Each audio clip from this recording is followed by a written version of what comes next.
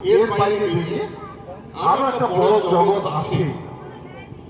আমাদের এই এলাকার অনেক ছোট ছোট ছেলেমেয়েরা আছে, আমার বাড়িতেও আছে, আমার পাশের বাড়িতেও আছে, আমার গৃহে আছে, আমার পঞ্চায়েতে আছে। তারা কেউ কেউ আবৃত্তি করে, কেউ কেউ নাচ শেখে, কেউ কেউ গান শেখে।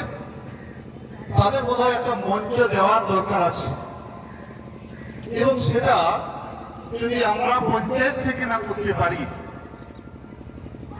আমাদের মনে হয়েছে আমাদের সব থেকে বড় ব্যর্থতা। আমরা যদি পঞ্চায়েত তাদেরকে তুলে ধরার, এগিয়ে চলার রাস্তা দেখাতে না পারি, সেটা বোধহয় কোথাও না কোথাও সেই শিশু মনের উপরে প্রশাসনিক কর্তা হিসেবে পঞ্চায়েতের বোধহয় অনিয়ম দুর্নিয়ম করা হচ্ছে।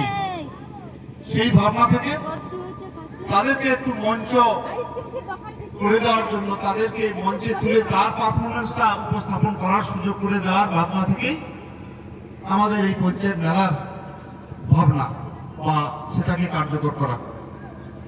জানি না আমরা কিভাবে করে গত 5 বছরে আমরা সেই অনুষ্ঠানটাকে এলাকাবাসীর মধ্যে ছড়িয়ে দিতে পেরেছি।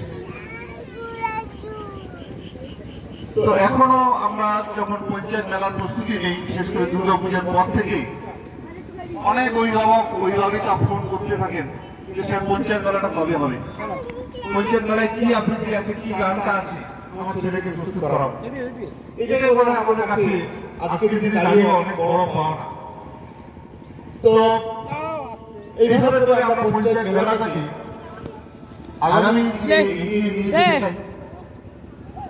পঞ্চায়েত মেলার সঙ্গে পরবর্তী সময়ে আমরা ফুটবল এবং ক্রিকেট খেলাটাকে যুক্ত করেছি। সেটাও আমাদের একটু অন্য মনে হয়। আমাদের ব্লকেও ব্লক